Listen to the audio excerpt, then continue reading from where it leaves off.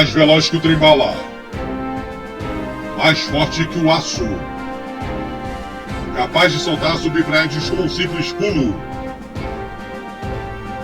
Esse fantástico ciborgue que possui poderes e talentos muito além dos seres humanos. O oitavo homem.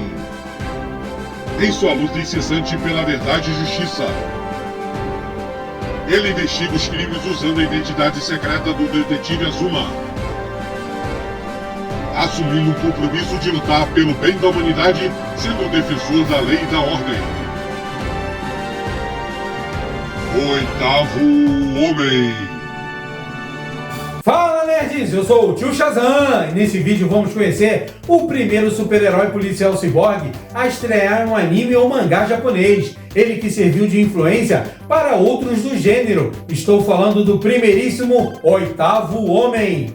Vamos conhecer melhor a história e curiosidades sobre ele, mas antes eu vou pedir para você largar seu dedão heróico naquele like maneiro. E se você curte esses heróis nostálgicos, mas o que? Ainda não é inscrito no canal? Está esperando o que, meu jovem gafanhoto? Inscreva-se! E para não perder as notificações dos próximos vídeos, badale no sininho. E você também pode acompanhar o canal nas redes sociais. Agora vamos ao Oitavo Homem.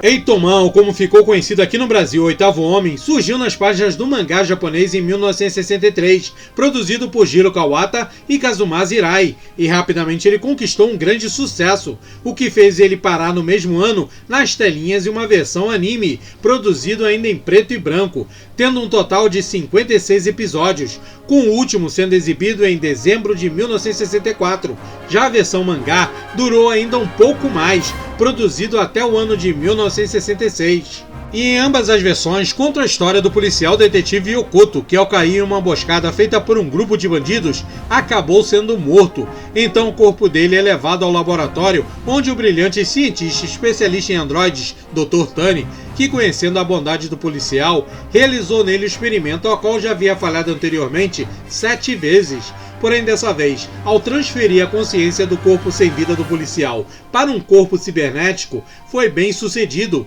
e assim Yokoto renasceu como um poderoso androide, que por ter sido o experimento de número 8, recebeu o nome de Oitavo Homem, se tornando um ciborgue construído para ser mais forte do que o aço, e por ter um microgerador atômico no lugar do coração, faz com que ele tenha uma resistência sobre-humana, e o cérebro eletrônico dele pode resolver qualquer problema em milionésimas partes de segundo, o fazendo pensar 100 vezes mais rápido que qualquer ser humano comum.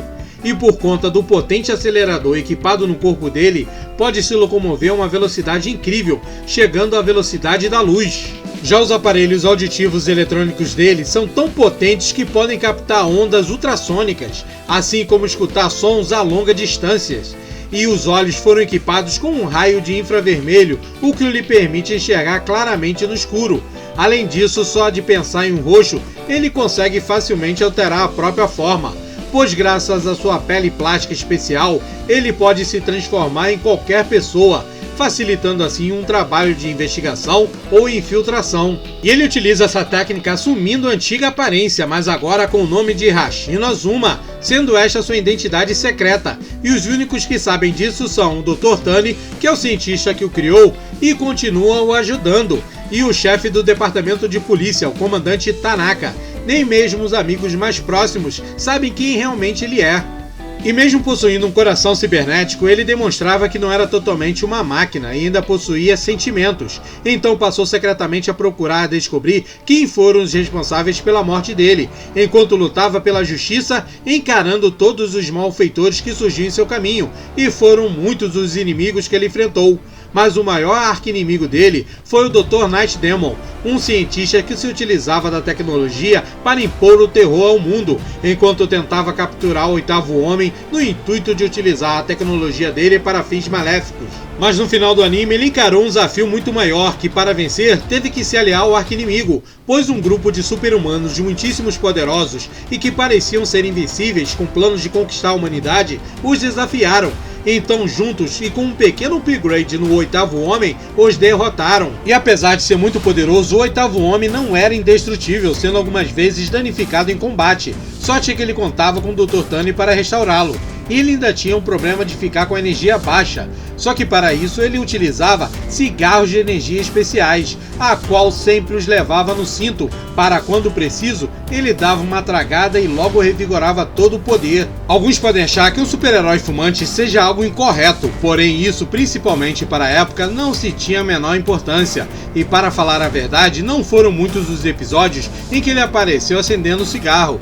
De qualquer forma, ele foi muito bem aceito, fazendo grande sucesso, inclusive fora do Japão, e esse sucesso chegou no Brasil no final da década de 60, pela Rede Globo, sendo um dos primeiros animes a ser exibido nas telinhas tupiniquins. Oitavo Homem, distribuição Aloysio Leite Garcia, versão brasileira Cinecastro. Episódio de hoje. Já no país do Tio Sam, chegou em 1965 e ficou conhecido como Tobor the Eighth Man. E como de praxe, os norte-americanos alteraram o nome dos principais personagens para uma melhor aceitação do público. Então Azuma virou Tobor, que é a palavra robots escrito de trás para frente. E eles alteraram até a abertura original, que ficou bem diferente, com o Tobor encarando uma espécie de Godzilla. A fama do Oitavo Homem atravessou décadas e não foi esquecido com o passar do tempo, e graças ao sucesso que fez o filme do Robocop, ele voltou ativa, ganhando novos upgrades em sua história. Porém, o retorno começou no mundo dos videogames, ganhando uma versão para os arcades, em 1991. Já no ano seguinte, ele surgiu nas telonas em um filme live action com base na história original, possuindo diversos elementos e personagens. Porém, o herói não se lembra da sua vida como humano, e o vilão é um ciborgue criado pelo Dr. Tani, que ao contrário do heróico Oitavo Homem, ele se tornou um maníaco homicida. O filme não obteve grande sucesso, mas empolgou tanto que logo em 1993 lançaram uma nova versão anime, diretamente para vídeo, chamada de Eitoman After. Aqui no Brasil recebeu o nome de Oitavo Homem, o Policial do Futuro, contendo gráficos coloridos e mais modernos, porém com uma atmosfera mais cruel, sombria e também futurista, só que parecendo ser um futuro alternativo, por assim se dizer, que por conta da jovem Sachiko descobrir que Azuma era na realidade o Oitavo Homem, ele desapareceu e assim começou a imperar a violência das gangues cibernéticas que colocavam o terror. Então o manto do Oitavo Homem é passado ao novato detetive Tsuru, que possui uma história bem parecida com a dele, já que ao lutar por justiça é morto nas mãos de criminosos, e graças ao Dr. Tani foi transformado num ciborgue, só que diferente, ele não fuma os cigarros energéticos, pois restabelece a energia inserindo uma cápsula no cinto, e também passa a encarar uma gangue de ciborgues descontrolados, se utilizando de muita violência para acabar com eles. A história até que é bem bacana, só que também não alcançou um grande sucesso. Então, após um período sem novos aparecimentos, ele ganhou uma continuação na versão mangá, uma obra chamada de Eitoman Infinity, que possui um total de 6 volumes, lançada entre 2005 a 2007.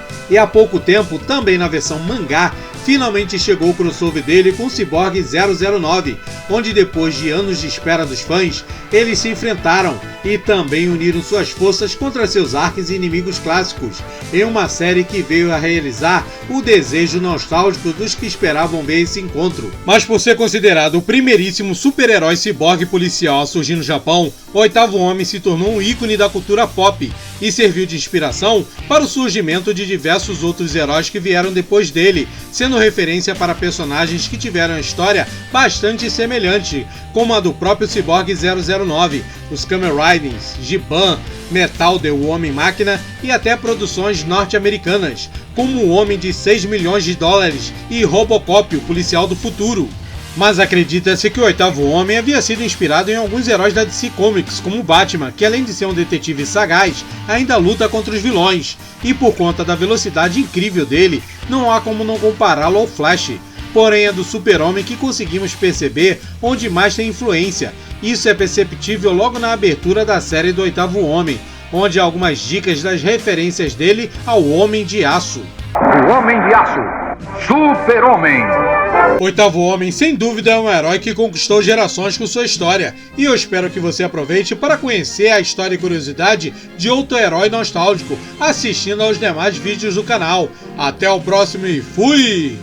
Para o alto e avante!